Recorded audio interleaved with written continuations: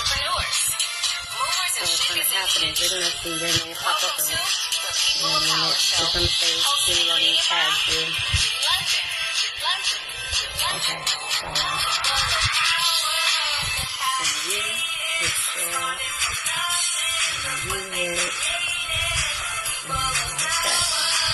there you go. Have a look. You just look at the R. Keep your eyes. Power Show. The People of Power Show. Hey everyone, the People of Power Show. Wait a minute, I had a surprise. Hold on, I'm trying to find it. It's so funny because I was trying to find a radio version. Yeah. It ain't no radio version, but you know, I said I'm gonna play this a little bit. You know, I'm like, Lord, let me mute this. How old you think I was when I made this song? 16. Oh, close enough. Really? What? 17. 17. Okay. 17. Yeah. Remember that? You almost called it out. Yeah. And nobody know. That's the dirty version. I know. I'm about to. You know. I just want to give a little intro. That was so much fun. I just want to give a little intro real quick. Yeah, unfortunately, I did not have the radio version, but it's all good. It's all good. I cut it off just in time when it got a little nasty. So you mean you was a little nasty little thing, and you was underage? I was a little grown man. Oh, okay. I see with those lyrics. Okay. Now let me ask you a question. When you hear this now, when you hear that, because I know it was a while back. Yeah. Do you feel separated from that voice? Do you feel that person? Do you feel? No, I don't feel separated. I mean, for me, the music, I came into the music because it was fun to me. It wasn't about the money, about the so-called politics that they have with it. It was fun. Okay. I did it. A lot of my homeboys out the neighborhood, they freestyled and did the music. Shout out to my boy MG, the bad guy. He grew up with me too. We all came up doing music. Make sure I'm not missing it was our passion. It was something that was fun. It was fun to us, I know we kind of just skipped all the little intro, but anyway, because, people who don't know me, they were like, who is that girl? Who is she talking to? Hi, everybody. I'm Kitty London, host and creator of the People of Power Show, and every week I sit down with movers and shakers, CEOs, entrepreneurs, celebrities, community leaders, people who are doing amazing, amazing things, and Michael Lewis is giving you 100, 100, 100. So what we do is we interact on the show. We don't want to just talk to each other, and you got your people out there who love and support you and want to say something to you, maybe haven't seen you in a while, and say, oh, that's Suave Smooth, hey, I ain't seen that dude in so long, because we have these reunions sometimes when people come and check the show out, and I'm sure like I said, I don't know the last live you did on Facebook Live, but you're gonna have people. I'm gonna tell you a secret. Okay. I don't know how to go live. I have no idea how to go live. And I'm going to tell you what happened to me when I was in Sri Lanka. Boris is saying, what's up? Sarah, who? When I was in Sri Lanka. Sri Lanka. So we're going to talk about all that. I called myself venting. And a lot of people know what happened. And I was venting about the massage parlors and how they was doing this and doing that. And I fell asleep and my phone went live. And that was like the first time I ever went live, and it was just hours of live of me snoring and grinding my teeth. A lot of people don't know I grind my teeth in my sleep. I was grinding my teeth. Really? I was snoring. So that's your live exclusive. All the way until my phone just went dead. And everybody was listening. They was like, man, she must have gave him a happy ending. It must have put him to sleep.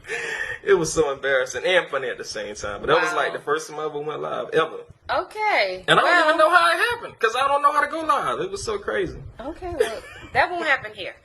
We're going to have you, awake and talking and interactive. Wow. Okay, well, this is the second time you'll go live, and you'll know what's going on. All right, so for the people who don't know you, I know you call yourself on Facebook Jeremy James, a.k.a. I would say Suave Smooth. If you were brought up in Palm Beach County, or as the others would say raw Vera. You know that voice, you know the song, what they do. It was one of the biggest songs in Palm Beach County when you heard it. And the last time we heard it actually was at the Blackout. Shout out to Lolly.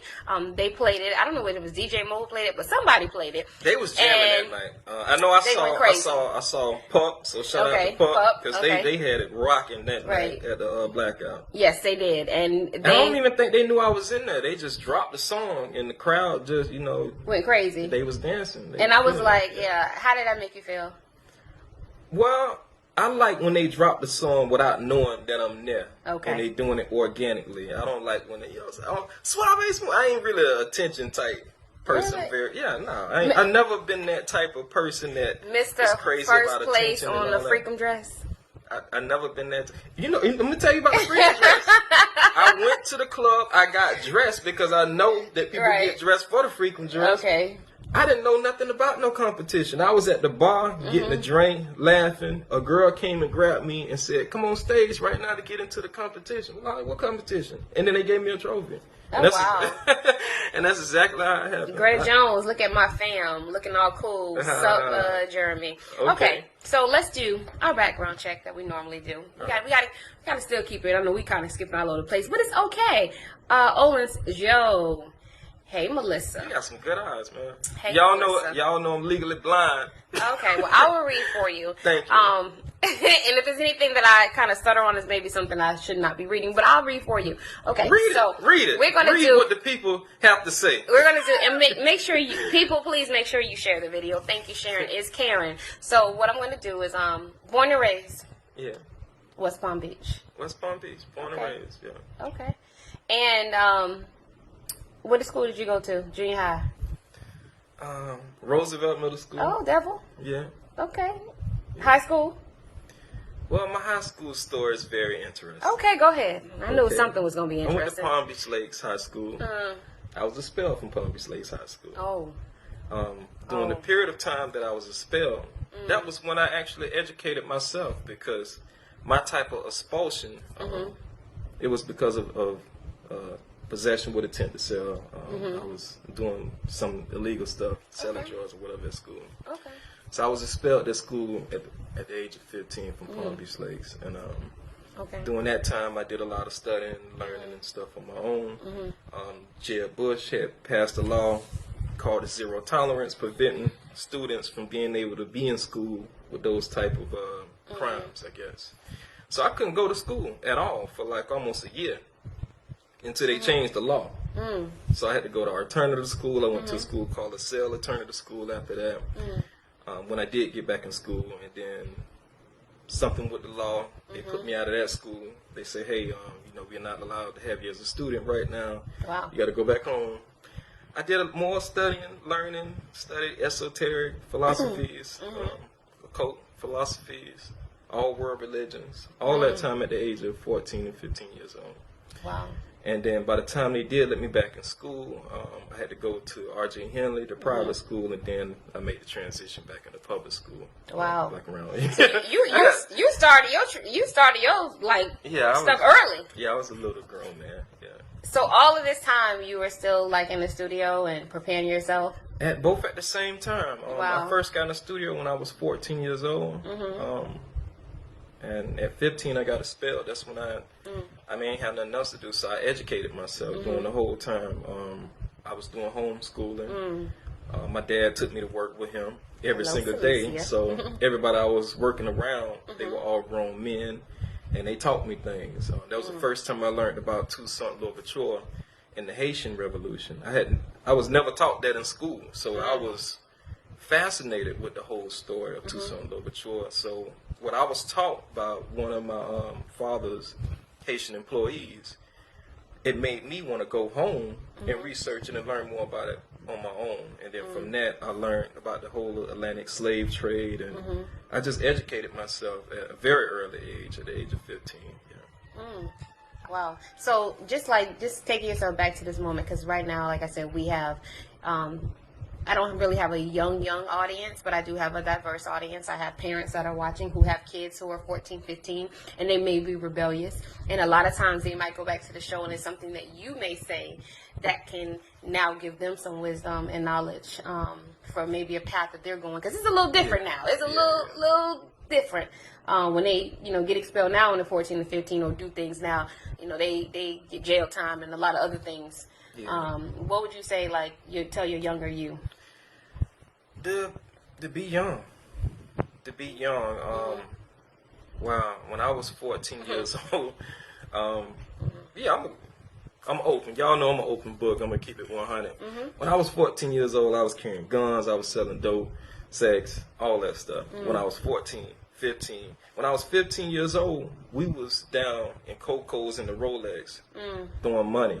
Me and my brothers next to Zopound, next to BMF, Big Meech and all of them. That's what we was doing when we was 15 years old. So all that stuff I see people get excited about, popping bottles of Moet. We was popping bottles of Moet before they had rosé, so we used to mix the red Alizé with the Moet and call it Palm Beach Passion. And every time we stepped in the Coco's, they were like, they got them boys from Palm Beach. So a lot of that stuff, when they see me out traveling and doing all this different stuff, it's because I already did all that 1,000 times plus more back when I was 15, 16 on school nights where all my peers was at school.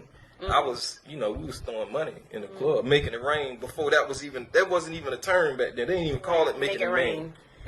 Wow. They didn't have a word for what we was doing back then, But that's what it was. Let me just Celicia says, speak. I only wish others would do the same, read and study history. Yeah. Michael Lewis says facts, and Celicia says, what turned you around?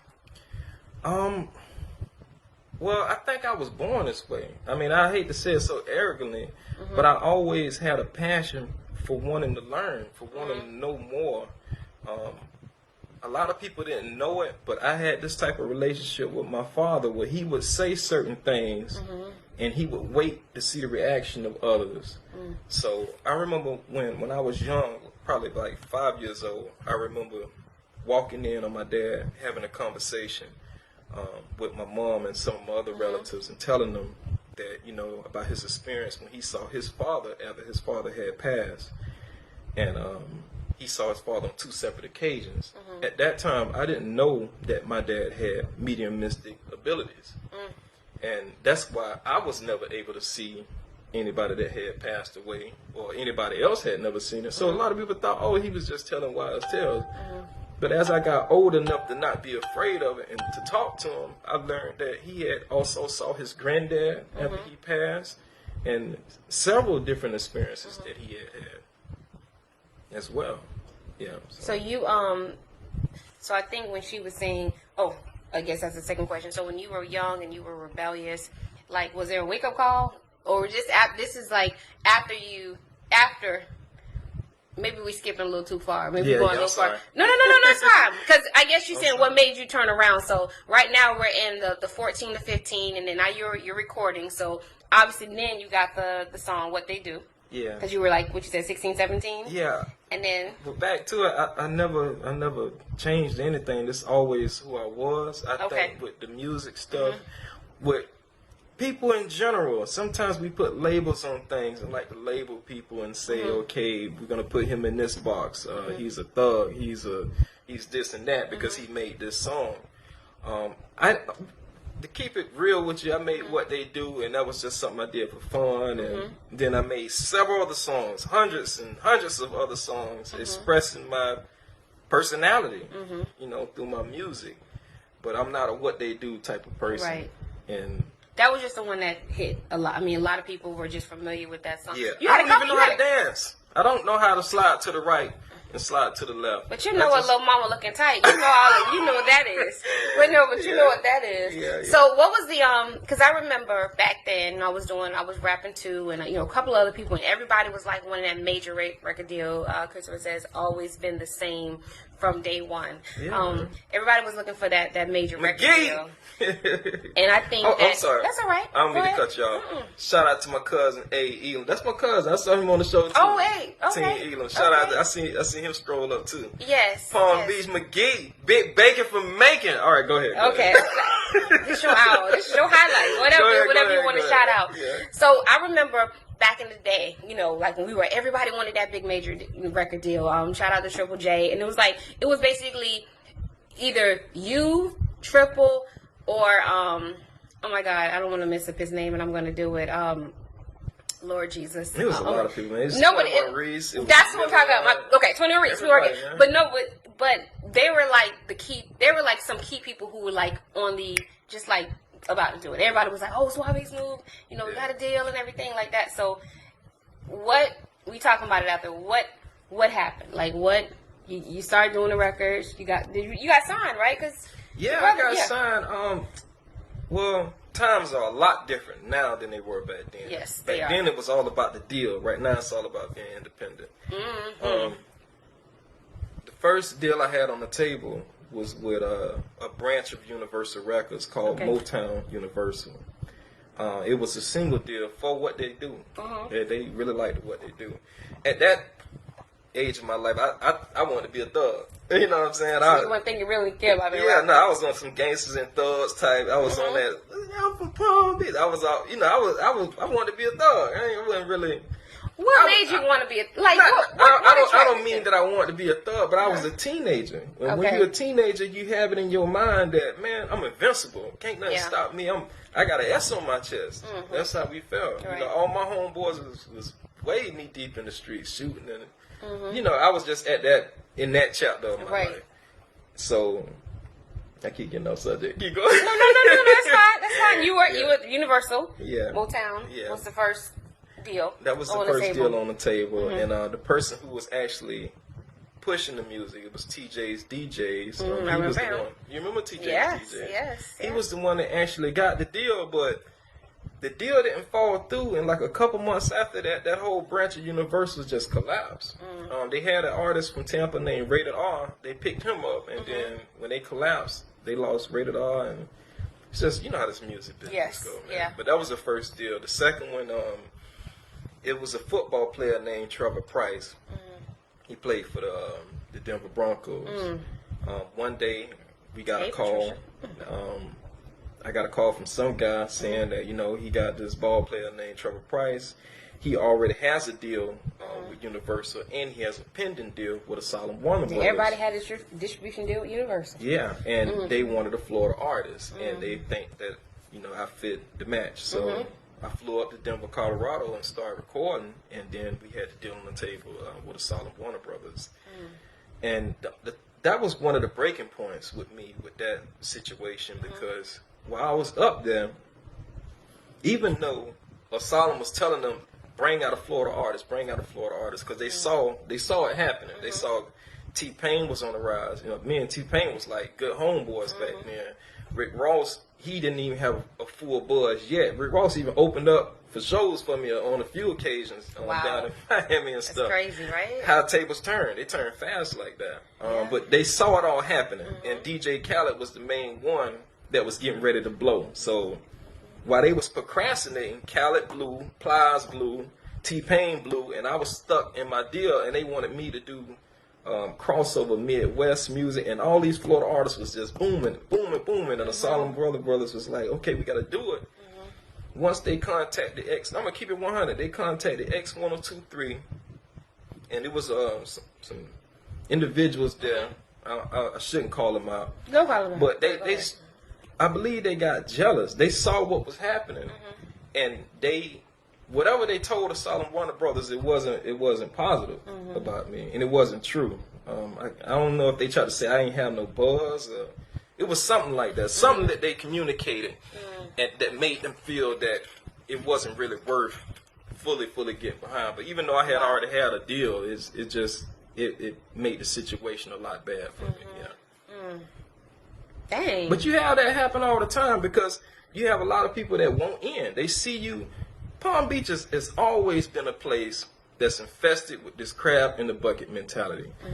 From DJs, promoters, to rappers, it's always been like that. And y'all know it. I mean, it ain't about hurting anybody's feelings. Y'all know it. No, it's when true. it's the truth, it's the truth. It's always been a crab in the bucket thing. I think that's y'all anybody see somebody that's rising and want to pull him down. Instead of trying to help him get up, thinking, okay, if he blow up, maybe he'll come back and help me. But people have that mindset, well, he gonna blow up and he gonna leave. And I had a couple DJs and people like that. They saw me coming up to that point, and oh yeah, he all right, but check out my other homeboy. He doing this and doing that. You know what I'm saying? And then nobody get on. You know what I'm saying? And it went, says facts. It went down like that. It went down. It was a situation just like that by one song, one single song. They got the record. But I don't know why they want to send it to them. They should have tested the record somewhere else where they didn't really know me and I ain't had no crab in a bucket type people around. Right. And it would have actually. It was very hot. I mean, it's still hot. I mean, they still. It wasn't what they do though. It was some songs I had recorded while I was up there. But a lot of people didn't know I ghost wrote songs for Radio Disney. While I was with them. Yeah, it was a nice little situation. But at the same time, because I didn't have the plug, and they do this a lot in music, they offered me a deal. I was dead broke. I'm up there recording. I had just had my first child. I'm not working. I'm actually living off the music. I'm living off shows, but I'm not releasing music because all my music belong to them because I'm recording in their studios. So now I'm depending on them to feed me now. So now they gave me the deal with Radio Disney for me to ghostwrite songs for them. And I'm ghostwriting songs and producing records. But they don't want to give me no publishing. Okay, we'll cut you this deal, but it's like this. You know, for $3,000 a track, you can ghostwrite and produce these records. But the good thing, we may or may not choose the song, but we're going to give you the money up front. So for somebody that's dead broke, I'm 21 years old. Okay, Yeah, you're going to take it. Yeah, I mean, you take that now. Yeah, Look, I mean, $3,000 song, we may or may not take it. But I'm going to tell you what happened later on. This is 2006 I'm talking about right now. Wow. I'll say, I can't even remember what year it was. It was a few years back. I heard one of the songs. And it was totally different from the way I wrote it and produced it. But it was, I don't know if you remember them songs. You gotta push it to the limit. You probably don't remember that Radio Disney type crap. But anyways. But that was some of your stuff. It was some of the stuff that they took and flipped it, but they could do whatever they want to. Because they own it. They own it. And whoever got that publishing off that, man, they ate real good. But yeah, a lot of that High School Musical, that's what the name of those people. Musical, yeah, yes. A lot of that stuff, I was the one that wrote and produced a lot of that stuff. A lot of it. Wow. Yeah, but they cut me. Patricia's like, wow. A lot of people, I never spoke on that ever because I kind of felt bad about the whole situation. I used to feel, I felt like I let a lot of people down because I felt like had things been a little different, you know, I probably could have got my publishing off of that and been a millionaire. So I felt like I let my family down. I felt like I let my homeboys down. And a lot of it ate on me a lot, man. A lot of people don't even know, man, how you know, I was married at the time and all that type of stuff. I felt like it affected my marriage, everything, you know. Sometimes people just need a break from all that type of stuff, man.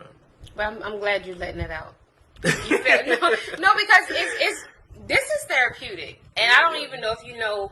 It's even though you're going through and you're reliving it, it's therapeutic for other people because let me tell you, when you're that person, especially the creative person, or you're in sports, or you're whatever, and you're that person that people are kind of depending on to get them out of a situation, you know, because, you know, we have the breadwinner, or we have that's the person next to blow, so they're going to get us out. That's a lot on that person. Yeah.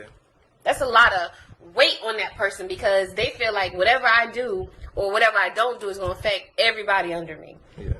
So, I mean, for you to feel that way, that's saying that, you know, you really loved your family and you really loved, but it wasn't your fault. Yeah. You had no control over that. And I understand as a man how you want to be the king but, you know, it just wasn't meant. It just, yeah. And I understand I'm glad you said that too, because that was something that I learned through spirituality was timing. Timing. Yes. Timing is everything. And I later realized after all of that I was being guided to do other things. I had always had an interest in spirituality, and I further developed myself with that and had various different experiences. I remember when I dropped my mixtape, Florida Nigga, Volume 1.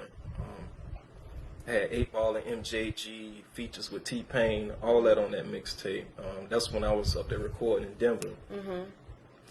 Right around the time I released that was when I had my first past life experience. And that's when I knew for a fact the power that we have as spiritual beings. That the average person don't even know they have a soul because they suppress that knowledge. They suppress it through religion. They suppress it through TV. I don't personally. I feel like they guide humanity to be like organic androids. Work, eat, sleep. I don't want to say the S word. I'm trying to keep it clean. Repeat. Right. You know. Right. And no, that's true. I had my first past life experience when I was recording that mixtape, and I saw myself in Atlantis. I didn't know anything about Atlantis. Atlantis, is that the the mythological Atlantis. The advanced civilization. Okay. I didn't know nothing about it. I knew of ancient Egypt, but I saw entities in that experience when I was in Atlantis that were worshipped in ancient Egypt during that time. There's so much to go into. We could be going on and on and on forever just talking about what I saw. We're gonna get to some of it, but I know the big thing is when we were talking about there about the hard drive. Yeah. How you lost all your songs. Yeah, I was getting ready to release an album. It was coming out very good, but it was. This is just my own personal opinion. It was portraying one aspect of who I am, not who I am as a whole. I know the album would have did good right when I was in the middle of it. Excuse me. And I always produced and wrote my own music. The hard drive crashed. I had my Fruity Loops on there. I had all my sounds on the hard drive. Everything gone.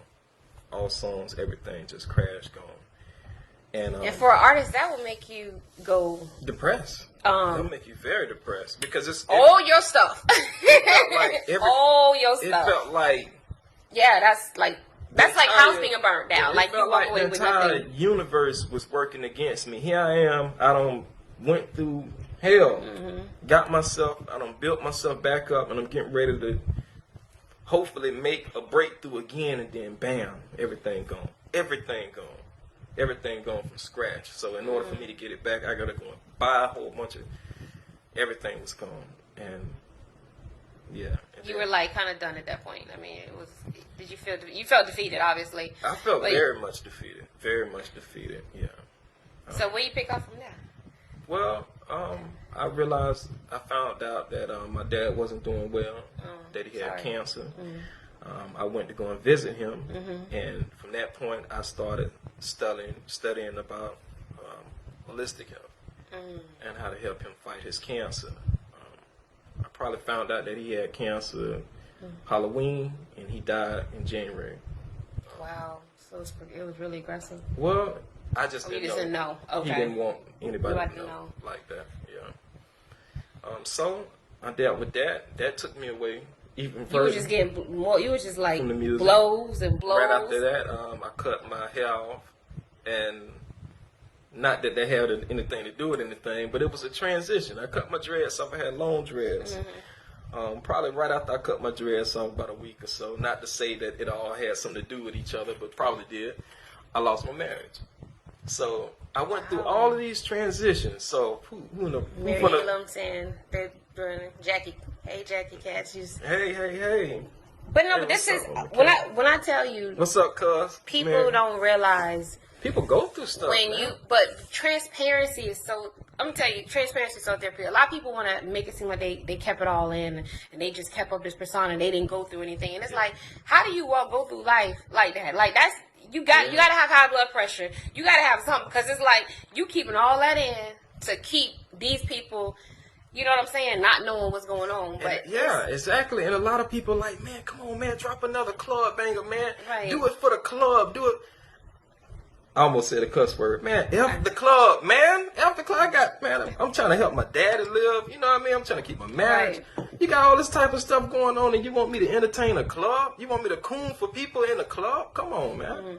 You know, people really have a real life outside of this. I never was a Suave Smooth what they do type of person. I was never no Suave Smooth what they do type of person. I did that because that was just something that helped us entertain. You know what I mean? But that wasn't who I was. Hell no. So when do you like Queen Sade is giving you hearts and loves? Yeah. So when you're going through all of this, I mean, music, your dad, your marriage, at night, what are you saying to you? Like, first of all, I'm gonna commend you that you didn't take your life. Yeah, and that's another thing. See, because I almost did. I'm feeling that. Life. No. I'm feeling that on you, and I'm glad you didn't do that. Because no, I didn't almost take my life. I would never do that. But I almost lost my life because when people go through stuff like that, they start looking for ways to what's the right way to say it, to escape. Yeah, to medicate themselves. So yeah, and even though you might not have tried to do it, but it was going to that. Yeah, I was working all day. I was getting off work and I was drinking all night. And sometimes I wasn't even realizing it, but I wasn't even going to sleep. I was up 24 hours. And one night I blacked out coming home from a club. There used to be some club in Palm Beach Gardens, I forgot the name. And all I remember was coming across that bridge on Palm Beach Gardens in 95. And then that was all I remember. Next thing I know, I woke up in the middle of an intersection. And it was these 3 women police officers. They was banging on every window. Get out, get out. I got the gun on my lap. And I got the bottle on the side. And they was like, man, you must be going through a divorce. I should take you to jail right now. I'm like, where the hell am I? You don't even know where you are, huh? What time did you leave the club? Like 3 a.m. It's 6 o'clock in the morning. I was blacked out for that long in the middle of an intersection. And I didn't know how I got there. Yeah, but you got somebody asking you oh, okay. Is Shife Carbine your family? Well, I came up with Shy. You know Big Shy? Yeah. The producer.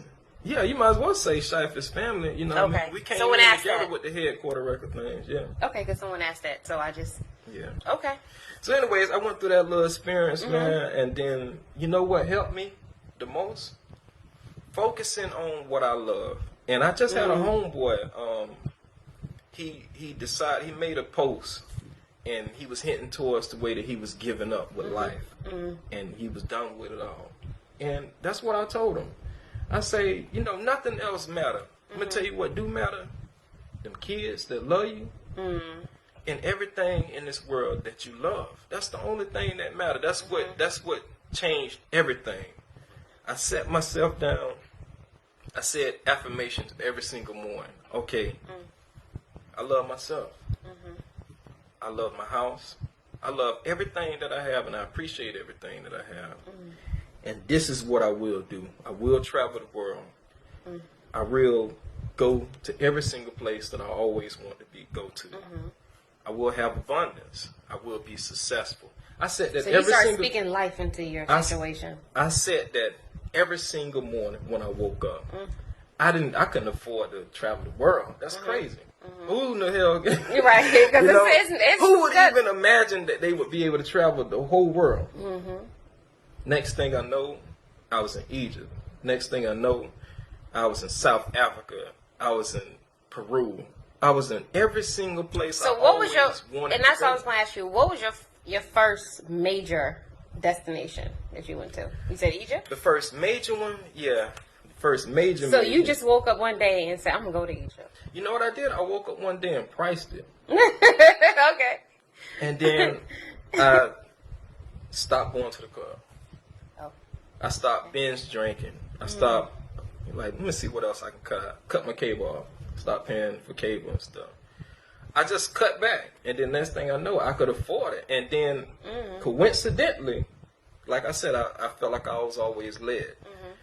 The price that I paid for that Egypt trip was the lowest price I ever seen. I've never seen it that low even to this day. I paid about like $890. That's low.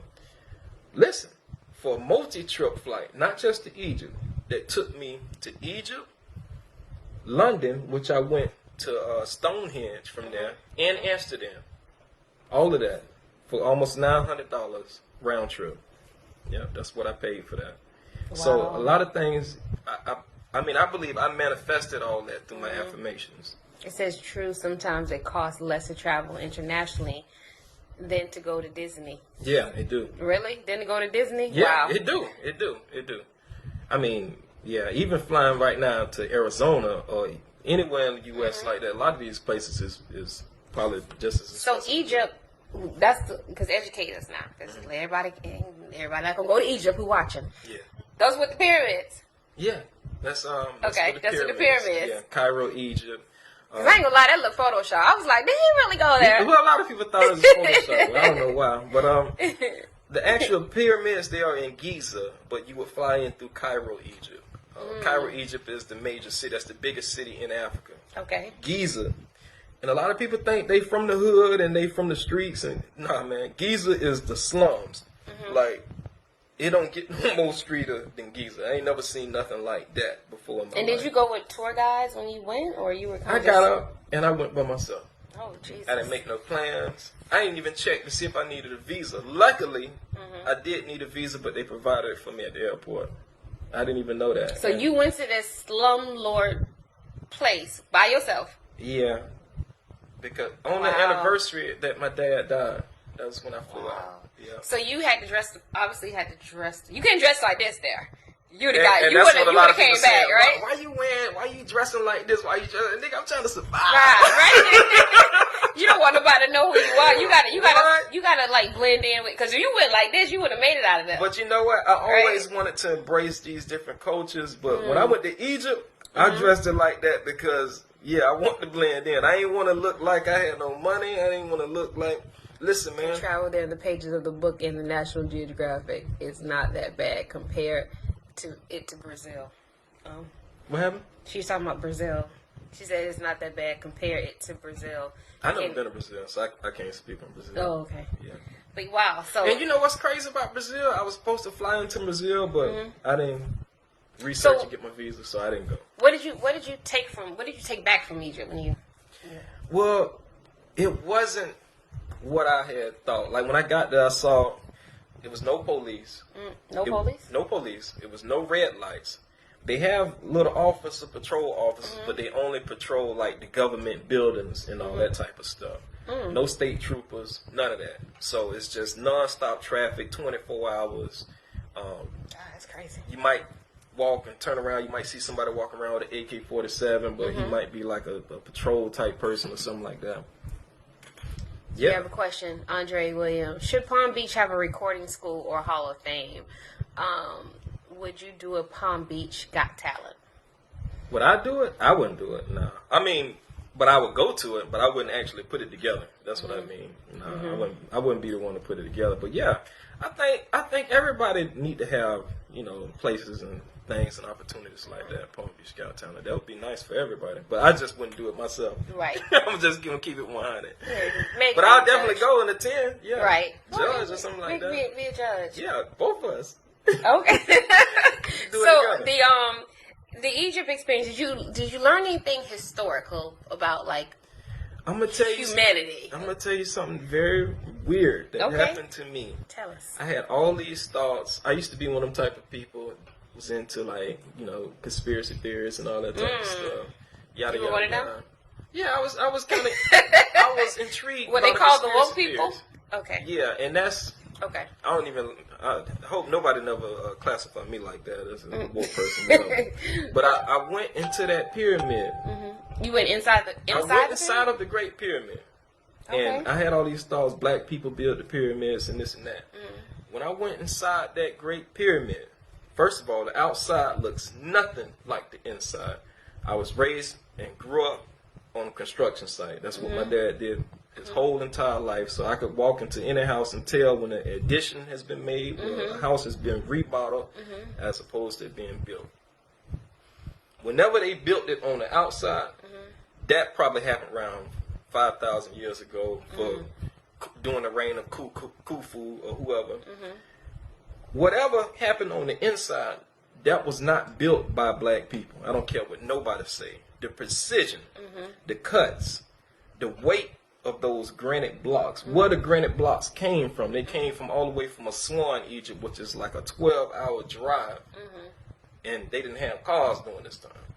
They claim they put them on boats and sailed them up the Nile River, but some of these blocks weigh up to 100 tons. And you know what a ton is. That's pretty big. Some of the cuts for ventilation in there are so far, probably stretched about a good 100 feet straight up. who could have an arm that long to cut a shaft for air ventilation like that? You would have to have an arm like Stretch Armstrong or something to even cut it to begin with. So the mindset of the entities that built that and then aligned it with the star constellation of Orion, of the Orion's belt, that's what it aligns with. The purpose of why they built this, no hieroglyphics in the pyramids, nowhere. They talk about, black people and slaves built this. If they built it, tell them to build it again. Tell them to build it right now. If they built it, get all your tools together, get your cranes together, and build it right now again. They can't do it. So what's your beliefs? I don't have any beliefs. I base everything on what I know. Right. In order to have knowledge, you must know. Believe is, you so have. You think man didn't build it all? I believe man helped remodel it. Okay. But it was already there before the Egyptians. It was there during the time of what they call Tetzepi. That was during the times when the gods ruled over the planet. You're going to make some people Google tonight? Yeah, Google. If you feel I'm wrong, Google. No, but I'm just saying. You trust Google, they trust Google as their God. I'm going to tell you something straight up. It's stuff in Africa you cannot Google. When I planned my trip to South Africa, I was Googling my A off. I'm trying to stay clean as possible. Right. It's stuff in Africa you cannot Google. You got to go to these places to learn. Those pyramids align with the Orion's belt. The Sphinx align with the constellation of Leo. And those are facts. During the time when it positioned itself in that actual position. I don't care. I ain't gonna say who did it because I wasn't there. Right. But whoever did it, it's just like this. If human beings and slaves did it, then those human beings are 10 times more smart and advanced than we are today. So either we got stupider, is that's what we trying to say? That the people back then were smarter than us. They were so much smarter than us that today we got stupider. We got weaker. We less. But they say we evolved from the technological advance. What Right. But the hieroglyphics I did see, they spoke about Sirius, the star system of Sirius, about. Their gods came from Sirius. That's what I saw when I was there in Egypt at the Museum of Egypt. There's a stone called the Ben stone. This stone is shaped like a small pyramid, but it tells a story of when these gods came from Sirius B down to the earth. There's another tribe in Africa, in Mali, Africa, called the Dogon tribe that also talks about these beings who came from the star system of Sirius. Matter of fact, they based their whole calendar system around Sirius. Now, Sirius B wasn't able to be seen with our naked eyes. You still can't see it. We had to have telescopes, but it wasn't really discovered like that until, I can't say the exact year, probably around the 1800s or something like that. So this tribe knew about Sirius B for over 4,000 years. That's my Uncle James' son. They had this knowledge. So a lot of people try to discredit them because they say in this tribe they didn't have telescopes and all this type of stuff. So how could they have all this information about a star system and about these beings who they called the Normal, who came down and taught them about all this information? And not only did they say that Sirius B was a binary star system, but that it was also a trinary star system that consists of 3 stars, a Sirius A, a Sirius B, and a Sirius C. We just found out that it was a trinary star system in 1995. Wow. So you studied this prior to going here? Because this is a lot of knowledge. When I was expelled from school, I began studying. So the language that they speak... I'm 35 years old now. That was over 20 years ago. So when you went up there, obviously the language, there's a language barrier. How are you communicating? I listened. Oh. And then I learned, They would always tell you, the way Rosetta Stone work and all this stuff work. If you go to another country, you can learn the language and catch on faster than when you're in your own country and constantly hearing English. When you constantly hearing Arabic and stuff, I can't remember it all right now, but if they started speaking Arabic around me, it's certain words that I'll pick up and understand what it means. Right now, the only thing I can mean was Habibi. Right. My love or something like that. I just remember the dude, Sharif, kept saying it to the girls and stuff. Wow. He was saying, hey, Habibi. But that's what you know. Okay, I'm gonna answer. Okay, hold on. Andre says Palm Beach Got Talent event should be you, Triple J, and Eddie Green. Food for thought. Yeah, Eddie Green, the good host stuff for real. Miss Keelan. Okay, well, you know, never know. You never know. Do it. Somebody put it together. I'll come. I definitely. Palm Beach definitely has talent. We just need more consistency and more unity. Palm Beach has always had talent, all the ways from the towns of Coolidge. What about script writing? And everything. What about script writing? He said, you write scripts? Like movie scripts and stuff like that. Right now, a lot of people don't know it, but I'm really big into documentaries. That's really all I watch is documentaries. So if it's documentary related, that's something that I'm into. Kira says, Cousin Hey. Hey, what's up, look, cuz? What's going on? So did you find out, did you find out about the, I don't know if to say find out is a great word, but about the afterlife in Egypt? Was that another country? No. I told you I had my first past life experience way back in 2008, around the time I was doing. And I had a lady tell me, because they call it past life regressive hypnosis. Yeah. Okay. And I went somewhere. I don't know if I told my Facebook people this, but I went somewhere, and it was a lady's house, and she was around. It was other entrepreneurs or whatever, but she did it, and I was like, "What is this?" Because I'm a little intrigued, with the astrology and things like that. It does intrigue me a little bit. But she told me that I was a cat in my former life. This is what she told me. Now I'm like, okay. She said, "But you're not any cat." She said, "You were among the pharaohs," and I'm like. But I had to look back. When I used to live in Boston, my mom, we had cats. And I always had a connection with cats. Like, it was weird. I was the only child, so I thought I was just weird. Because, my cats were like my brothers and sisters. But I've always had, and I got my makeup done one time. And the artist was like, you look like a cat. So I started laughing. Because when she said that, I'm like, damn, you might be right. I was kind of like a little on the fence, like, this lady must be crazy. But then in the back of my mind, I'm thinking, there may be something to what she's saying. Well, I will say this. A cat being, maybe, meaning as a, Sekhmet or Beset. But an actual cat animal, no, because the animals, they have their own line of evolution, just like humans have their own line. So, but then I'm gonna have to Google that. You will always be a human. You won't be a cat in the next life. And I'm just saying that based off my own studies. I have seen myself in several different past lives. I was never an animal, a dog, a giraffe. I was never a monkey, a gorilla, none of that type of stuff. But I have seen myself in several different past lives. It's not magic. There is a form of hypnosis called past life regressive hypnosis. Anybody's capable of trying it.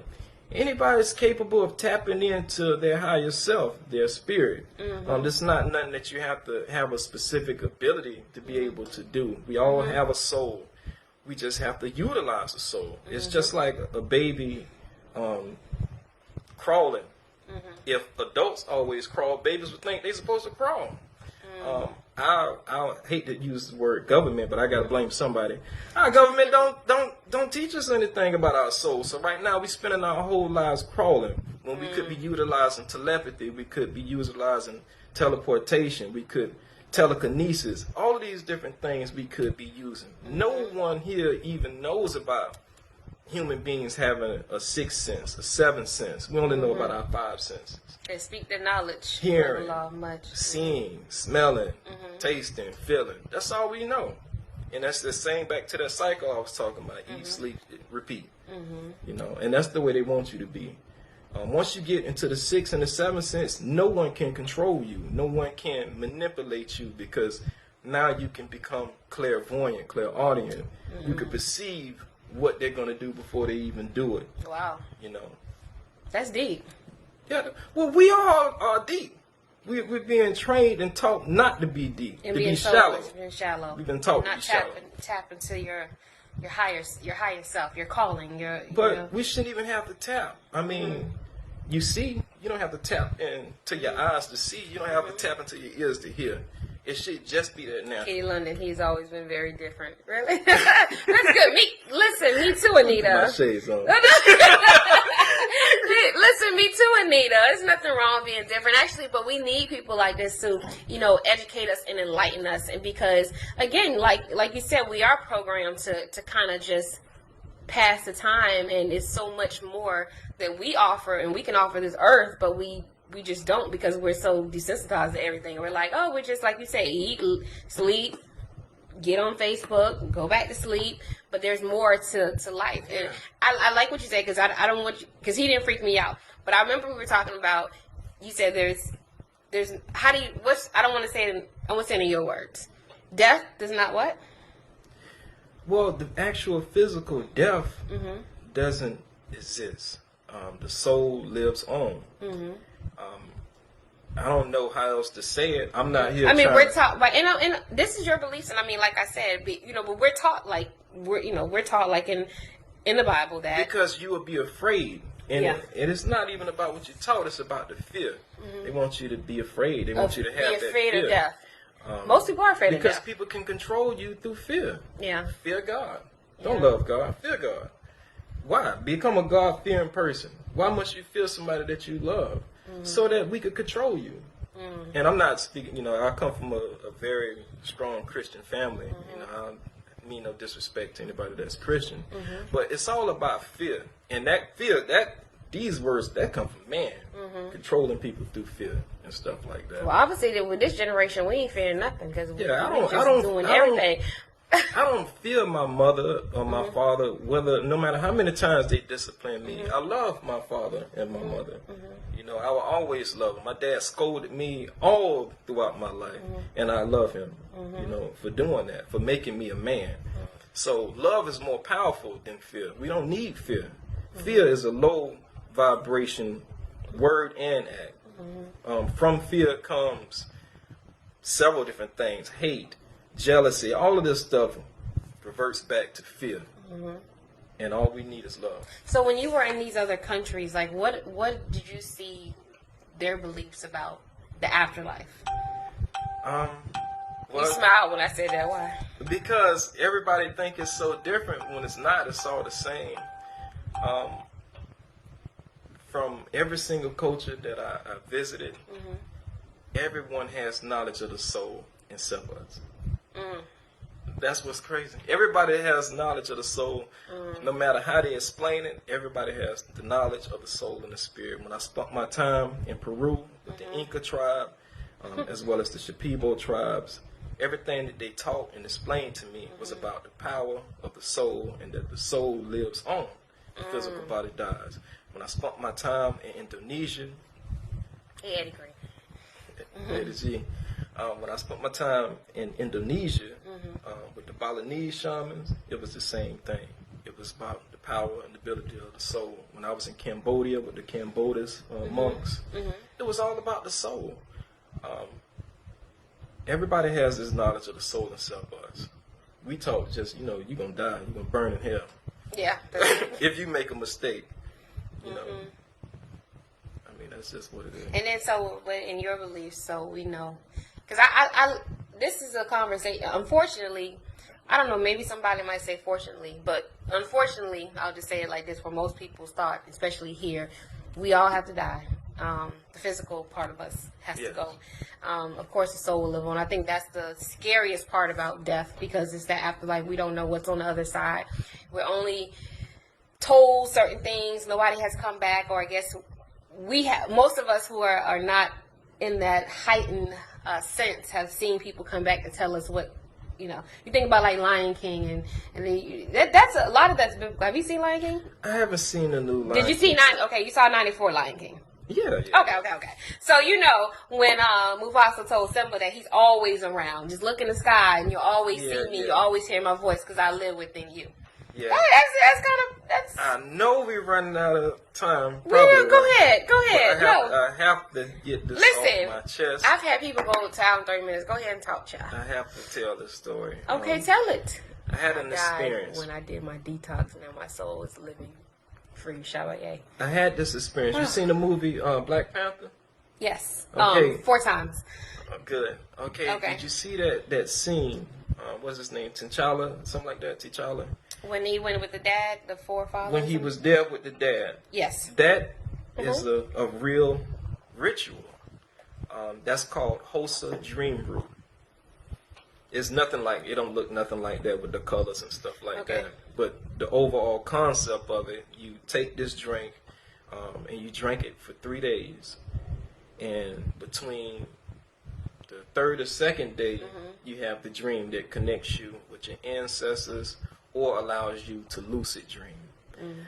I experienced that. My experience was just as simple, just as similar to the experience that he had in the Black Panther. That experience was so personal for me because I went into that experience expecting to just lucid dream, and I never really spoke on this experience because it was so personal. He just dropping all the jewels, and I feel so humble. Anybody is welcome to try it if you want. It's not a drug. All it is a root. It's called Hosa Dream Brew. You can drink it. You drink the far off of it. The Hosa tribe has been drinking it for thousands of years, but it's a part of their rituals. All of this type of stuff is considered sacred. This is plant knowledge. A lot of these plants teaches us a lot of things. There's a lot. Within the next couple of years, we're going to learn about plants and the power and ability. They said healing plants. Yes. Plants are healing. Anyways, I hope the story don't be too long. But I had this experience, and it connected me. It connected with me with my father after my father passed. And I never told nobody this story. And he scolded the hell out of me. Boy, did he scold me. Wow. And he told me, first of all, he told me that I had no clue what I was dealing with the forces of the spiritual world and how serious it is. And it's nothing to play with. But my mindset going into that experience was that, okay, I'm going to go on this mission, this journey. I'm going to get all this knowledge, and I'm going to just tell everybody. And I'm going to expose all these secrets. That was my mindset. And he basically told me, why would you want to die? Why would you want to risk your life to try to give knowledge to people who don't care, who not even ready for it? These people don't, everybody on their own path. Wow. Whenever they ready for the knowledge will be there. They can tap into it. Don't risk your life for these people that won't even remember you after you dead for this stuff. That's what my daddy told me in that experience. And ever since then, ever since I had that experience, I was like, they can have it all. I'm on my own right now. If anybody want to talk about this stuff, we can talk about it. But he was right. He told me he had to help spare me on 2 separate occasions because other entities in the whatever realm you want to call it, supernatural realm, they saw what I was doing, and they didn't like it because they didn't want me exposing certain things. Certain stuff have to be kept secret for certain reasons. Like you said, that sounds like Uncle James. Yeah, Uncle James scolded me to the T. He scolded me from the rooter to the tutor. And I asked him, is the path I'm on is the right path? He told me straight up, I can't tell you what path to be on. It's your life.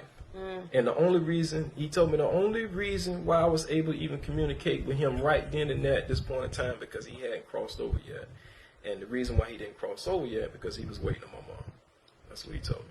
Wow. Yeah, and I never told nobody about that experience because it was so personal. I came out of that experience feeling like I should never even had that experience because basically that's what he told me. This realm is supposed to, everything is set up the way it's supposed to be. You're not supposed to be able to contact me. This is not what you're supposed to be able to do. If it was like that, then you could pick up the phone and call me. Exactly. Wow. But it was a learning experience, though. But then you get people like your sister-in-law checking in. You get people who have those experiences. Like you hear people who, let's say they got in a coma and they saw the light and they saw the people that on the end that they love. So I believe it's real. I've never experienced it myself. Yeah. But it has to be some real. I can tell people how to experience this stuff if they want to, because it's not hocus pocus. It ain't like it ain't. It's, trust me, everybody that came out of Haiti, everybody that came out of Africa. Everybody know this stuff is real. We all play and I don't believe in this. If you don't believe in it, then it don't exist. All of that's foolishness. It's like that's just like saying if you keep learning, you're gonna go crazy. Well, why do black people do each other like that with all this stupid foolishness? If you keep learning, you just gonna keep learning. You're gonna get smarter. You're not gonna go crazy or no kind of ridiculous crap like that. Everybody should keep continuing to learn. We should keep continuing to grow and continuing to evolve. We should know that we have souls, and we should know how to utilize our spiritual ability through the power of our souls. Everybody should know that. What place do you think that people should visit, like on their bucket list, before they leave? Their it depends on what they travel for. If they want to have a spiritual experience, you know, I can tell very good places for that. If they just want to have fun, I know places for that. Fun, I would say Amsterdam. Amsterdam is 24 hours of fun. The Walden and the Red Light District. That's fun. Spiritual, man, the two most spiritual places that touch me to my heart is Durban, South Africa, KwaZulu Natal. I got my beautiful friend over there, Tumelo. She hit me up every single day. Is that the young lady put on your face? Educating me about Zulu culture, about everything. Every day, she's such a wonderful person. So Africa definitely is a place, though.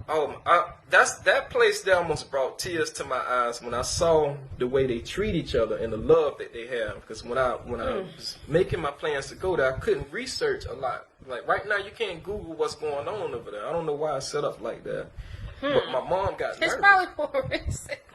Well, my mom got nervous like that too. Like, man, you know how we are, how our people are. You know, so don't go over there wearing your jewelry and don't go over there doing. She was nervous, and it kind of made me a little nervous. Because I think what happens is the way that Africa is portrayed. I mean, we only see the skinny people, the me begging for food. You know, we don't see. But like my aunt went, and she said they had jerry curls. They were rich. I mean, there's certain parts. And it almost make you mad because it's a level of brainwashing and mind control. The way that they do us. And they show all this kind of crap, and it's nothing like that at all. When I got there, nobody asked me for no money.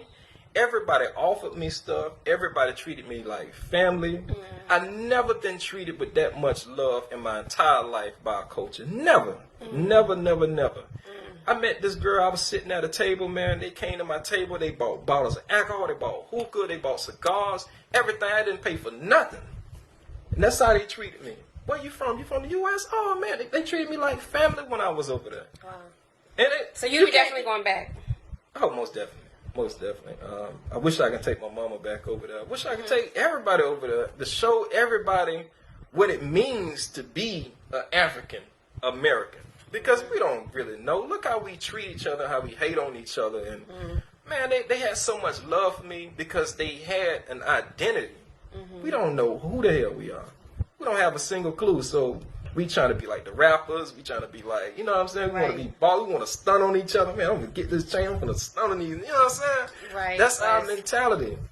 But why, though? You know? It's way deeper than that. I was there amongst the tribe, man, and I posted this, too. They had one piece of corn. I was there with the young Zulus, and they were sharing a piece of corn. And when it got time to the end, he was like, here, man, I saved a piece for you. You want some? I'm like, no, I'm good. He's like, you sure? You can have some. And it was corn that they grew, and they was all, you know, they was giving me the last that they had, you know, and because they figured, you know, I was by myself. They didn't want to leave me out, even though they didn't know me. Right. You know what I'm saying? But that's the kind of love that they have, and we need to learn that. We all need to learn that. We all need to go there and learn how to be Africans. We don't know nothing about Africa. We don't know nothing about the culture. We, like you say, poor people and all this kind of stuff. Because that's the stuff that we get. Yeah. That's the visuals that we get. Even when I talked to Tumelo, you know, she kind of laughed at it because it's second nature to her to be a queen. You know what I mean? It's second nature to be like that. She ain't got to try to be a queen because she already knows she a queen. You know what I'm saying? She ain't got to, Wow. Straight that's up. Deep. No, that's deep. We got to try. We got to learn and all how to be a queen. Yeah, so every day I sound like a quote-unquote coon when I talk to her because I ask her simple stuff. You know, what does this word mean? Umbelingandi. That means creation in the Zulu tongue. Yeah, little things like that. Americans, we got to get it together. I mean, because I said that one time before. I said, we always use that word queens, but it's like, what tribe will you represent? I mean, you got trap queens, you got drama queens, ghetto queens. I mean, but what tribe? Dairy queens. Dairy queens. Oh Jesus.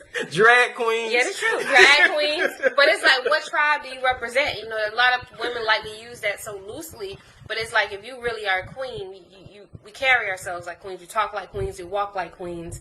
But like I said, what tribe do you represent? Because there's a lot of different. We just named about 6 of them. Yeah. A lot of different queens that you can represent. Cedric says this is very enlightening.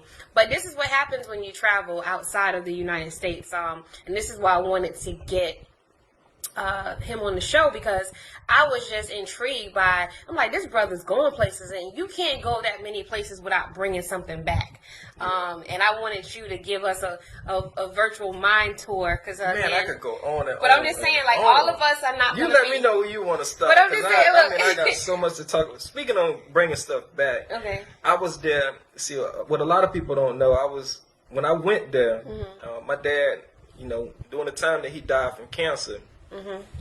I wanted to learn from holistic healers. I wanted to learn ways to prevent that from ever happening again. Mm-hmm. I wanted to learn how to make sure that if anybody in my family was suffering from a disease or illness like that, I could help and give them herbs to help heal themselves. With not having to go out and pay for stuff and all that type of crap.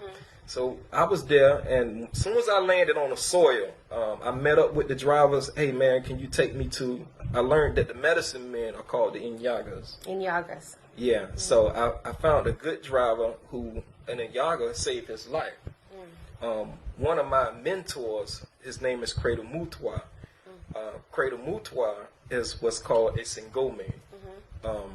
English people would translate a Sigome as a witch doctor. But it's not really a witch doctor. He's just a person that has the ability to interact with spirits. Yeah, on a spiritual level. Now, the Inyaga is the person that's the actual healer. Now, you can't just become an Inyaga. That's something that has to be passed down through the family. So the Inyaga that I met, he was like 10 generations in that had been passed down during the time, since the times of Shaka Zulu. His parents and stuff, they came from being those healers that worked on that reign for the kings and stuff. And he took me to his house. His name was Tamadine Yaga too. Man, he gave me so much stuff. I'm like, man, I can't take this stuff on the plane. Man, try. You have to try. That's what he told me. You have to try, and you have to try to bring these herbs back. Wow. Now, the 2 herbs that I brought back, he told me I must take these, and I'm gonna tell you what they were for. He wanted me to take these herbs. They wasn't for medicine. He felt that the thing that Black Americans are suffering from the most is unity. That we're not really united. Every time we try to unite, we tear each other down. He bought me an herb. I can't begin to pronounce the name of it, but I have it written down on how to spell it. It was for promoting unity. That's what it was for. He felt like the healing that we need is on a spiritual level. This herb promotes unity, and everywhere you keep it around, Zulus keep this herb around to promote unity amongst each other, amongst their tribe. They keep all the quarrels and the fights and the beefs away and the jealousy away. They hang this herb around to promote more unity. But it's funny because where you said herbs, there are people, they have candles that they burn for different, like you said, a unit. It might be a unity candle or keep the spirits away candle. So this stuff exists. And Eddie Green saying he wants to keep you around for story time once a week. He is so silly. But I don't care. Let's go all night, bro. All night long, bro. but this is real stuff. Well, plants carry their own vibration. They carry their own vibrational frequency. We are just now finding out about sage, and Native Americans been using sage forever. We just not hearing about it. We heard Nipsey Hussle say he get up and sage now, so everybody, that's cool. It's cool. I ain't down in it at all. It's good to sage, but the reason why you are saging is because sage carries a higher vibrational frequency than the lower vibrational frequency that our thoughts move on. The average person. Enlighten us. How do you sage? Well, sage is actually clear sage, the same type of sage that you cook with. You just take it and you light it, and then you let the smoke cleanse the home. Now that also eliminates bacteria in the air. That's one thing that it does. Science has been able to prove that. But on a frequency level, sage has a higher vibrational frequency. The average human being, we have so many different thoughts a day. No one really knows how to quiet the mind and shut down those thoughts. Those thoughts can be just like a computer. You constantly downloading porn all day. You're going to get a virus. If you're constantly thinking about negative stuff every day, you're going to get a virus. It's the same way. Right. So you got to be able to balance these energies. Where do you get sage from? Well, it's very Whole Foods sell sage. Okay. Because, people, they'll be like, well, how to get it? Sage sounds like bleach you can get from the dollars. Sage sounds like bleach you get from the dollars. Yeah, no, they sell sage at the Whole Foods. Okay. I go to another place called the Jamar Center that sell all that stuff. Sage, crystals, everything. Yeah. The crystals that you wear for different things, like healing crystals? Well, yeah, you got quartz crystals and everything like that. But personally, I'm just saying this personally, the small crystals don't really do nothing. You will notice once you walk into a store, if you close your eyes and you quiet your mind enough, you can feel the crystals that do stuff. You don't even have to touch it. Well, at least I'm at a point now where I could walk into those stores and I could feel which crystals is right. Not the little small ones though, the big ones though. The ones that cost about $1,500, $2,000. And when I say this, I mean, and I'm not, because I know Eddie trying to be silly, Eddie Green. But do you almost feel like when you go to these countries and now you're more educated on all of this stuff, and then you come back to, like, let's say West Palm Beach and you go out, do you feel like almost like an alien? Does that make sense? That's exactly how I feel, to be honest with you. Because I'm like listening to you and I'm thinking, how do you have that so much knowledge now, and you know all this stuff, and then you go back to a normal environment and feel abnormal? Right. Yeah. You got to feel abnormal now. Yeah, and it's, well, go ahead. I don't know if a lot of people know, but I am a loner. I mean, anytime people see me, I'm always alone because of that. I'm always in my head because I don't really have a lot of people to discuss this type of stuff with. I mean, occasionally, you may have somebody that just, hey, what's up? Let's meet up and let's talk about this type of stuff. But other than that, I mean, that's one of the downsides of it. You learn from all these cultures, then you come back, and then what? I had that experience when I left Peru, when I had my experience with ayahuasca, and the experience was so amazing. I had this amazing, wonderful experience with ayahuasca, and I came back here, and it was like, wow, we back to this again. What's ayahuasca? Well, I'm going to explain it in two different ways. If you Google ayahuasca, they're going to explain it. You may not even know how to spell ayahuasca. Okay. If you Google ayahuasca, I wish I had a way to type it in right now, but if you Google it, they're going to explain it as a hallucinogenic brew. That's the way they're going to explain it. Because, and I learned this in that ayahuasca experience, even though North America, we consider the superpower, the most advanced nation in the whole world, we still have a lot to learn. We don't know everything. We know nothing about the spirit world. We don't know anything about what these plants do that could help us evolve to a spiritual level. We don't know. And we try to explain all this stuff away, confusing the hell out of everybody, like we know what the hell we're talking about, but we don't. What it actually does, it opens the third eye. And we hear that terminology a lot. Human beings naturally produce DMT. DMT is in all type of different plants, spinach and everything, but we can't really access the DMT unless we have something else that's called, I think, a MOAI. I forgot what the scientific words is. But that inhibitor allows the DMT to open the third eye. The pineal gland. When I say third eye, that's just a slang.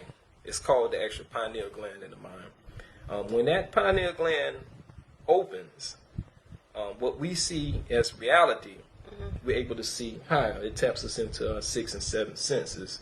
Our eyes right now, we can only see at 60 frames per second, human beings. What else exists beyond that? What can we hear beyond that?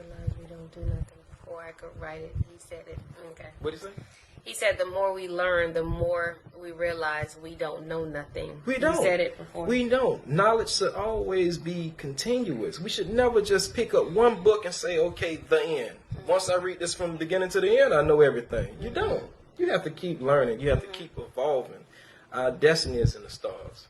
We're not meant to spend an eternity here on this planet. We are meant to advance, evolve, get to a point where we get this technology and get off this planet and then seed life throughout the cosmos.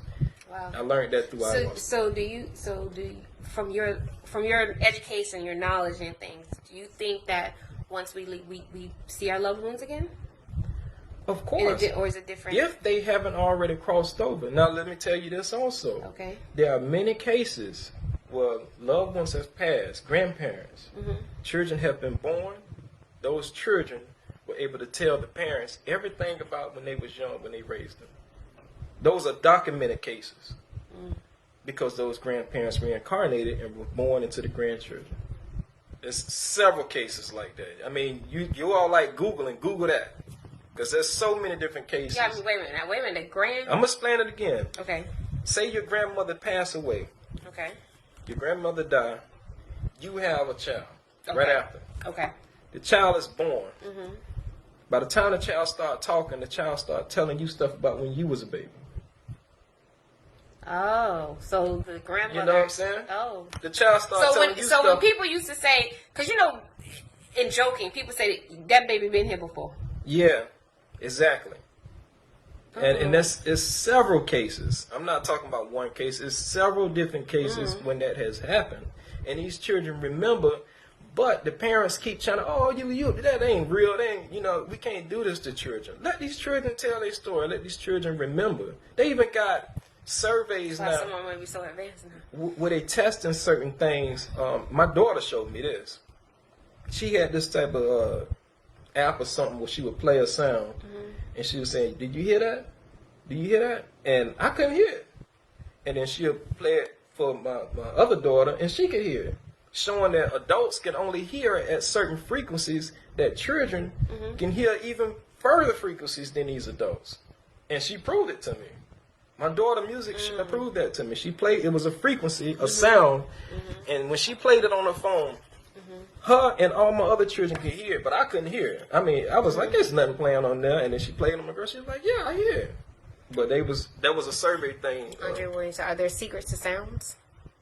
Are there secrets to sounds? Well, I won't say that there are secrets, but there's just sciences and knowledge that we don't know about. We should keep continuing to learn about these type of That's things. a good question, David, because I was going to ask him too. For people who like when they leave the show, they're like, okay, you know what? Suave he's saying something right now. I want to become more spiritually enlightened. I want to become more educated. He's asking, where should people start? We share a lot of BS. Share something we should start, and that's true. Where should we start? So I would make it just as simple, and it may seem difficult when I say this, but it's not.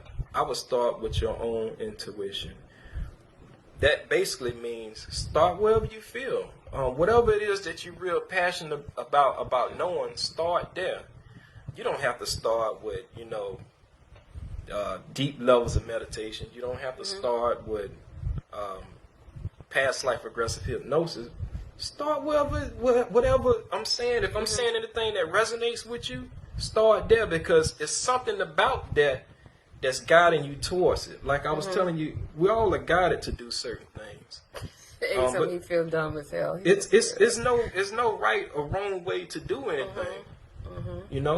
Yeah, real knowledge. Thank you. You can take your time and learn this stuff step by step. You don't have to just I got to learn this. I got to learn it. I got to prove to everybody that I'm Right. But everybody has a different walk. Everybody has a different path. I think one of the key things is one, and this is like obvious, even if we can't afford to go to Trinidad, Egypt, start going to other places besides Florida and the club and like, I would say start embracing other cultures, because that's where it can start as well too. Because again, when we see how other people live, we see how we're not living. Yeah. So I would say maybe start traveling more. Well, this is what I do on a regular basis, because life can get chaotic. I mean, you can have friends die. You can have to go to work, and work could be chaotic. You can have issues in your relationships. So what I do, I go on nature trail walks, and I might get to a point that where the space look clean and it's shade, and I might take my shoes off and I ground. I ground and I connect with the earth, and I walk barefooted a little bit by myself, or I do that on the beach. I go for walks on the beach. I stick my feet in the water, and I sit down and I close my eyes, and I may go into like a 15-minute meditation, practicing on how to eliminate all thoughts just to connect. And it's relaxing to me. It ain't got to be about, expanding your consciousness. It could just be about just relaxation, just connecting. Right. And since I was going to ask that too, start with meditation, Felicia says. I definitely meditate on the beach, Kel.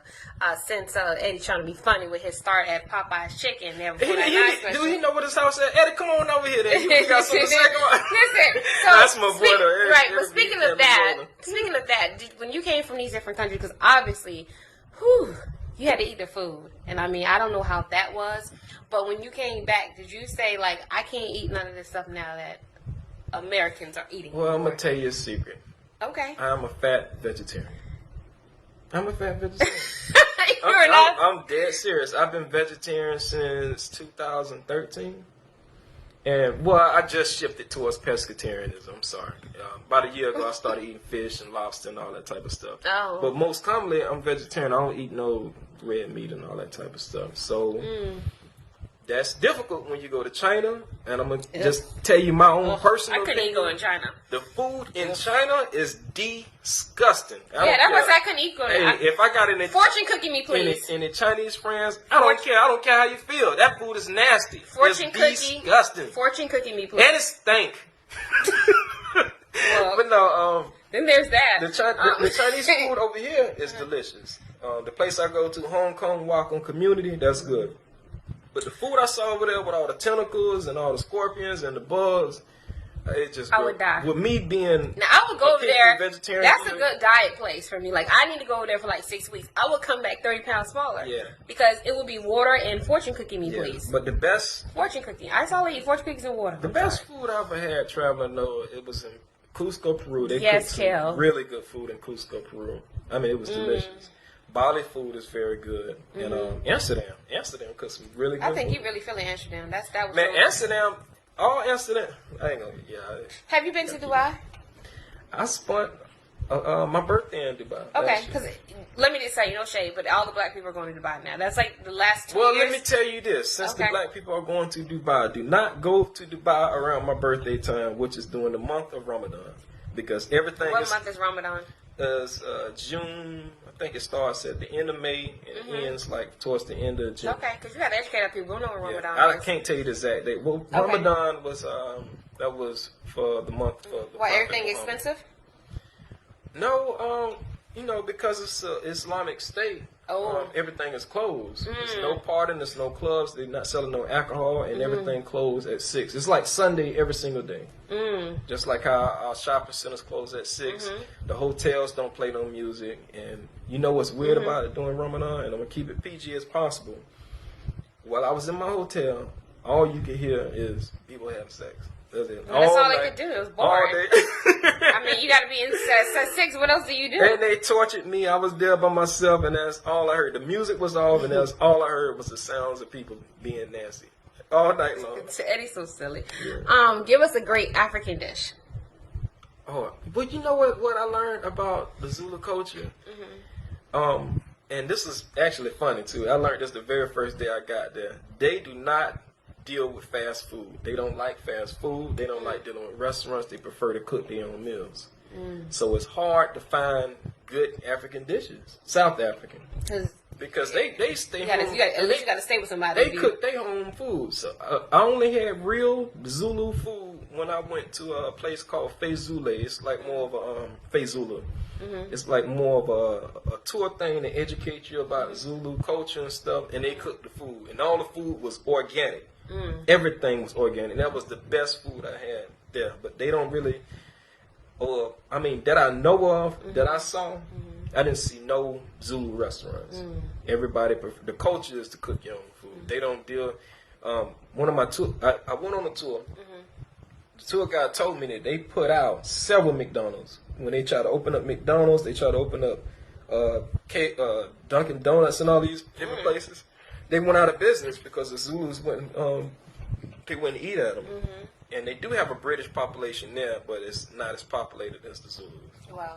Yeah, so do you have a book in you? Do I have a book? Like a book I'm working on? That you gonna write one day? I think somebody said that. Well, actually, I put all my material together and I still have it for a book, and then I realized that a lot of people don't read books. But yeah, I have about 3 books that's already done, and I just haven't published them.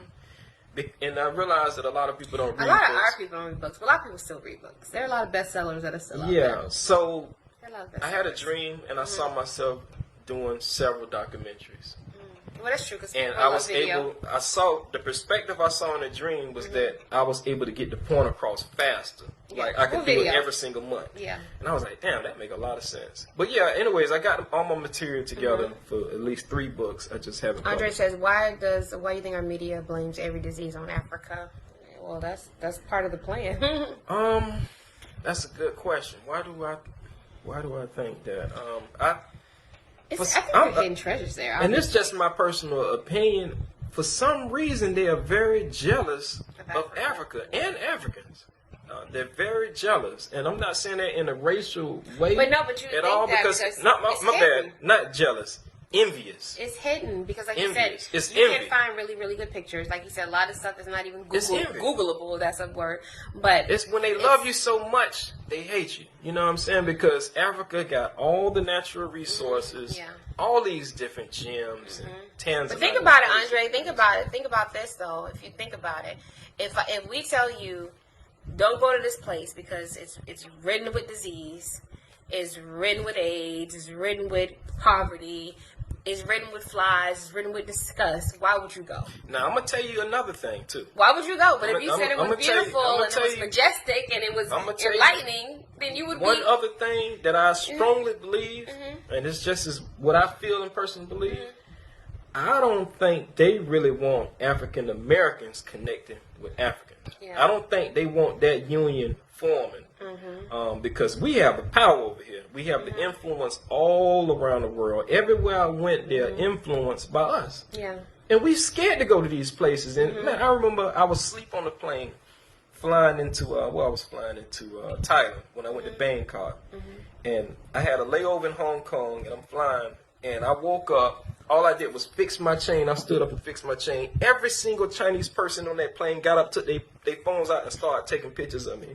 So what the hell I did? And then one of the stewardess on the flight, she came and said, "Oh, they believe you are a celebrity because we don't see a lot of handsome black men." She called me handsome too. Oh, okay. Okay. Hey, hold on, let me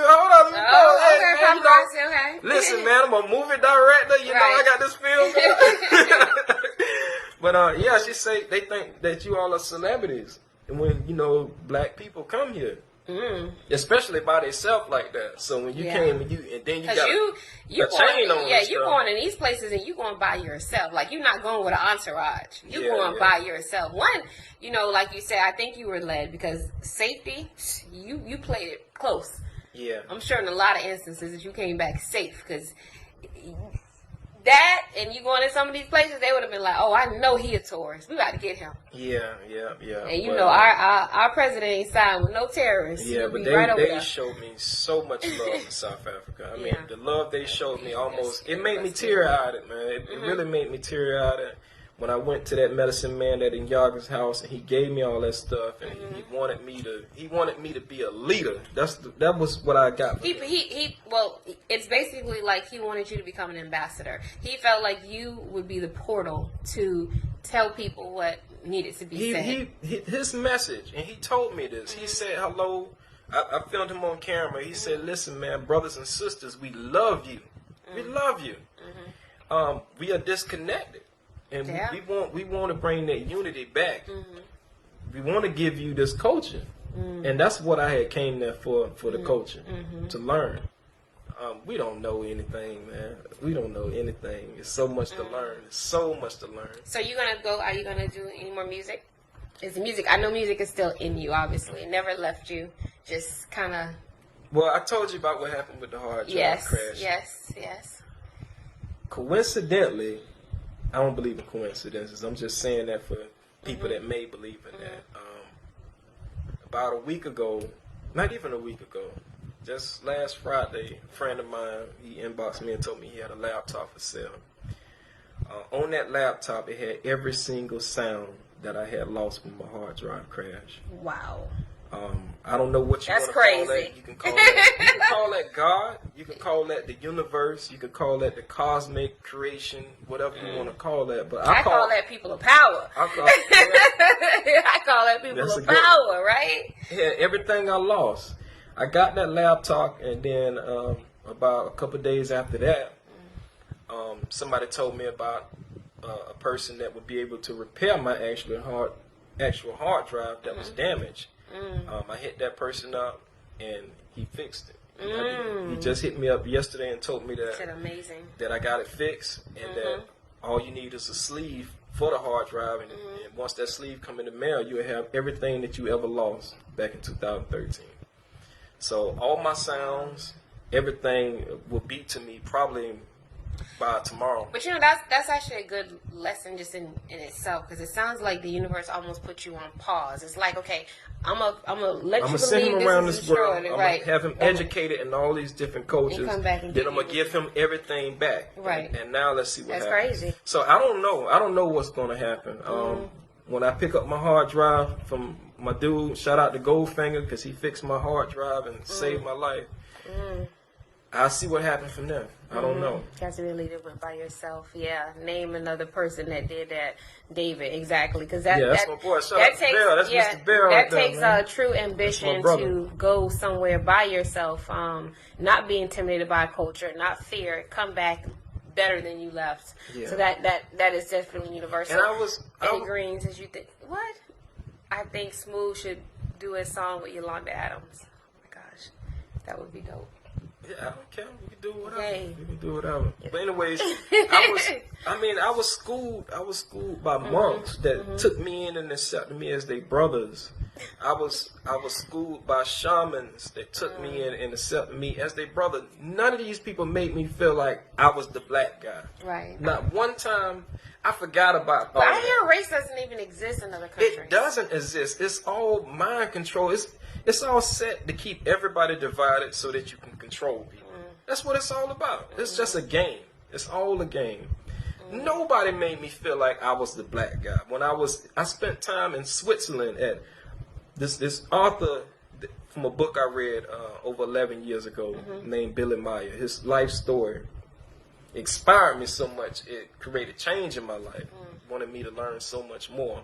So I decided, I wrote him and got in contact with his team, and I went out there to go and see him for my birthday. Wow. Went to his house, got lost on the way. When I got to the point of town where he lived at, in a place called Schmidt-Rudy, Switzerland, nothing was in English. I'm at the train station, lost, can't read German. All of a sudden, I saw this beautiful white woman sitting up here, blonde hair, blue eyes, Snow White. I mean, like she had never been exposed to the sun or a black man ever. And she came over, she translated stuff for me, and she said, you missed your bus. It's probably not going to come for another 4 hours. I'm going to drive you all the way over there to his house. I tried to offer her money. She wouldn't take the money. Wow. Yeah, so but like Christabella says, she said, you are protected. Do whatever verse leads you to do. Yeah. So I mean, I told you, guided, Guided. You, but he said that before. So we went over, but it's all good. I mean, like I said, I think it was needed. You dropped some jewels you never dropped, so I feel honored and humbled. I think the world is going to experience more of you, whether it's, I guess, through documentaries or more music, obviously, because now you got your stuff back. You can get. I honestly, I don't know what's going to happen. I had got to a point where I try not to be so hell bent on making plans. I mean, I make plans, of course, to be responsible, but it's okay to allow God to intervene, if you want to use that terminology, to allow the universe to flow as it's supposed to flow, instead of fighting against it and becoming depressed. Why this not working? Why I'm having all this resistance in life? Sometimes fall back. Let everything just fall into place. I mean, if I could do it all over again and go back to Egypt for the first time and all that stuff, I would, man. That was a magnificent experience that I had. Right. Going to Peru and having that experience with those shamans, and I can't even get into the ayahuasca thing because we'll be here until tomorrow, But no, and I just, like I said, I really wanted you on the show because, I mean, I'm sure you have enlightened some people with your experiences. I'm sure, like you said, you have so much that you can speak on. But I just wonder if you can sum it up. I always say people of power, so you're on the show now, a lifetime member. I need you to lead people to superpower. And I'm sure that you probably have a whole bunch, and you dropped so many jewels tonight. But honestly, if you could sum it up just a little bit, what do you think people need, like a power that we need to take forward? I think they just need to be themselves, man. I think they just need to be original and to disconnect from trying to fit in and follow these trends, because someone is controlling these trends. As you see with these young rappers now, it seems like more of a push to become more feminized and stuff like that. And that's no disrespect to the gay community or anything like that, but I just think that people should just be themselves. Do whatever makes you happy.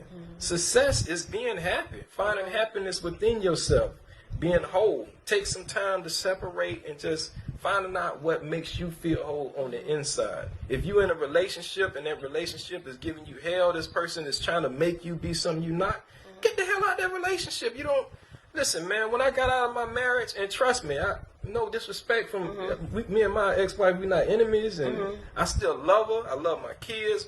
We respect her as the mother of my children. But that was the best thing that ever happened to me, for me to get out and be my damn self. And go out and experience stuff that I wasn't able to experience being in that situation. That's just the facts. Right. So I think people just speak the truth, big just facts. Straight up. People just, get done. Whatever holding you all back, why keep letting it hold you back?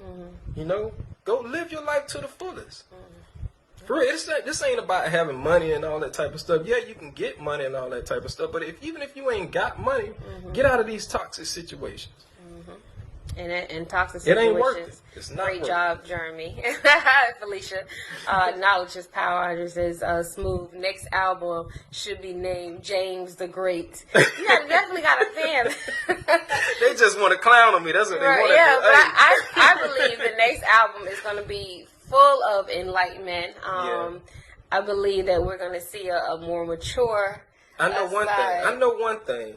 When the album do drop, it's not going to be about doing this for this crowd, doing that for that crowd, doing this because this DJ, listen, F all that.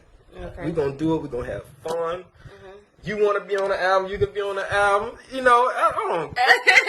what it's all about, man. Being creative and doing it for the love. Yeah, it's okay to get the money and all that type of stuff, but if you're going to be doing anything in life, you got to have some type of love behind it.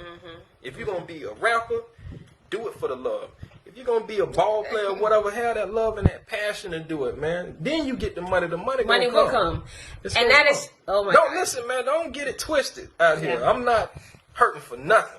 You know what I'm saying? I'm not hurting for nothing, man. I'm good, man, when it comes to the money. I'm good, man. And I'm good because I'm happy with the little bit that I have. That's why I'm good. Cedric, thank you. But blessed. You know what? Let me just tell you, it's true because that's a testimony for me. Like, even when I started this show over a year ago, I started with the radio. And the whole big thing was, at that time, for me personally, I'm very competitive. And I've always been competitive. There's nothing wrong with that, right? But it was like, everything was based on likes and views and things. And I had to actually, because a lot of people were coming up with shows and doing different, and I had to sit and kind of analyze myself and say, well, Kitty, you didn't do it for likes. You didn't do it for views. Exactly. You had a purpose. God gave you a purpose. God gave this to you because I wanted to highlight individuals that I felt, and that's what's gonna make you better, right? That were not being given the platforms that they deserve. Exactly. Because Palm Beach is so cliquey. Palm Beach is kind of like the popular people get all the notoriety, and it's like, but the underdog and these people who are doing great things and have been scratching at the surfaces kind of got ignored. And I took it upon myself to sit back and look at all these great people that were had great stories, that were great individuals, that were superheroes among us. And I watched them too. Right. Yeah. And I was like, that's my mission. I want to highlight these people and I want to give them a voice. I don't care if 100 people are on this show. I don't care if 2 people are watching. But it's going to impact their lives. So I stopped thinking about views. I stopped worrying about it because it was the impact. And that's why, and like you said, the money will come. People are like, oh, well, you're going to be doing this for free. I've had so many doors open just because I volunteered my time to help other people tell their story. Exactly. And it's come back to me. You do what you love. You love it. Exactly. This money thing, all of this is a game. This paper. That's one thing I learned from those shamans in Peru. These people don't base their lives off paper and money. Money is paper to them. It's just a whole illusion because they have all of their natural water. We never even drunk real natural water before. All our water is in bottles and all this type of stuff. It's full of chlorine and fluoride and all this kind of crap. These people drink real water. They grow their own food. They don't really need money like that. They get money, for clothing and some certain needs, but their lives are so balanced. And that's what we don't have. We have to have that balance in between. It's okay to floss. Listen, I like to get dressed up. I like to hang out. I'm not no preacher, pastor. I'm not saved. I like to go out and have fun. It's okay. You balance your life. But you have a balance. But you're something great. You taught people a lot tonight. Money is a trap, and that's true. Thank you, Kale. Thank you. Yeah. Thank you. Plant the seed. You will always reap the harvest. And that is so true. And like I said, you do it, the money will come. If you do it for money, you always chase it. Honest to God, I swear. When the first thing you think about as a business is like, you always chase it. You're never going to have enough. Yeah, relationships too. It's a lot of women out there just with men because the men got money, and it's going to never work. It will never work. It's always going to collapse. Yeah, it will. Yeah. So I want to thank everybody for joining us tonight. I know it's been a long show, but the ones that stayed in the paint with us, as you said. A lot of people going to watch it after the live. I mean, it's okay. So shout out to all of y'all too. I know y'all going to be watching as soon as this live cut off. Y'all can go because y'all don't want nobody to see y'all. Y'all are crazy.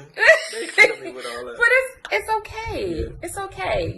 We're here for the people. I'm the servant for the week. So tomorrow I will be sitting with the CEO of Primetime, and that's a Children's Services Council sponsored and funded by them.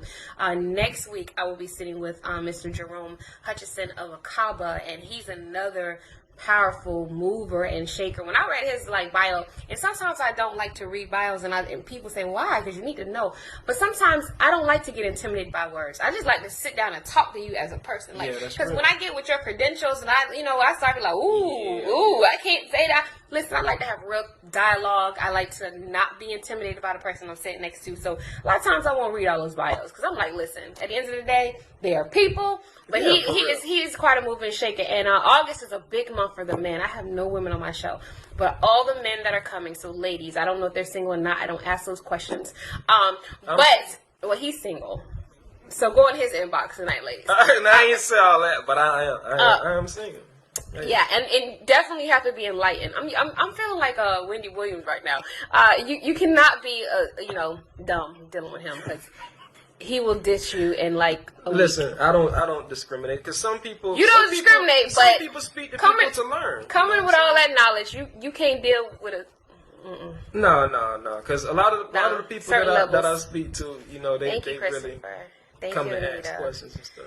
Thank you, Anita. Thank you. Nice show. Thank you. But yeah, I knew it was going to be a nice show because, like I said, I felt it. And I'm just led sometimes to call out certain people for interviews. I don't know. It's kind of weird. I kind of do it weird because a lot of people are like, you don't have so-and-so on your show. You're going to do so-and-so.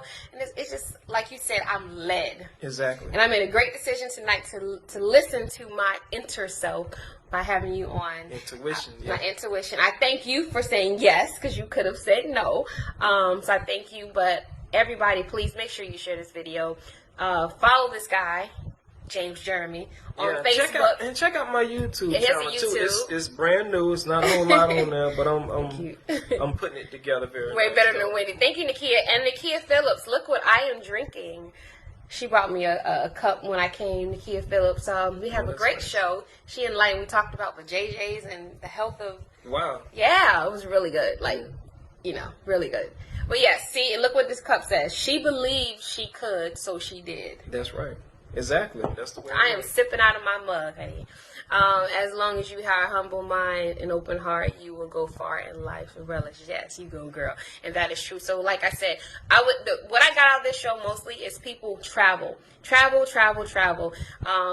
You, like you said, you make sacrifices. Travel is not cheap, but if you do some research, you can find some good flights. Sometimes you have to make sacrifices. He cut his cable. I don't know if I can do that, but I don't watch TV. Yeah, I mean, but maybe less wigs, ladies, or less nails, but travel, come back more enlightened, teach our people. I think when we learn things, it's our obligation to pass the baton. I don't think we should soak up all the knowledge and just be selfish with it. Exactly. And that's why I do this show too, because I tell people all the time, I sit with these people I could have just got you by myself and got all this knowledge. Why be selfish? And I can't lie. Sometimes I get kind of scared to really talk about a lot of stuff. Because some of the type of stuff that I experienced, I'm just giving you just the most PG rated version too. But a lot of stuff get pretty heavy and deep though. Yeah. Well, it's progress, and you're gonna, like I said, your YouTube channel, you'll start kind of unpeeling the layers and get deep. Yeah. All right. So thank you everybody for joining us, and we'll see some people tomorrow, and I'll see the rest of you all next week. Yeah. Bye bye.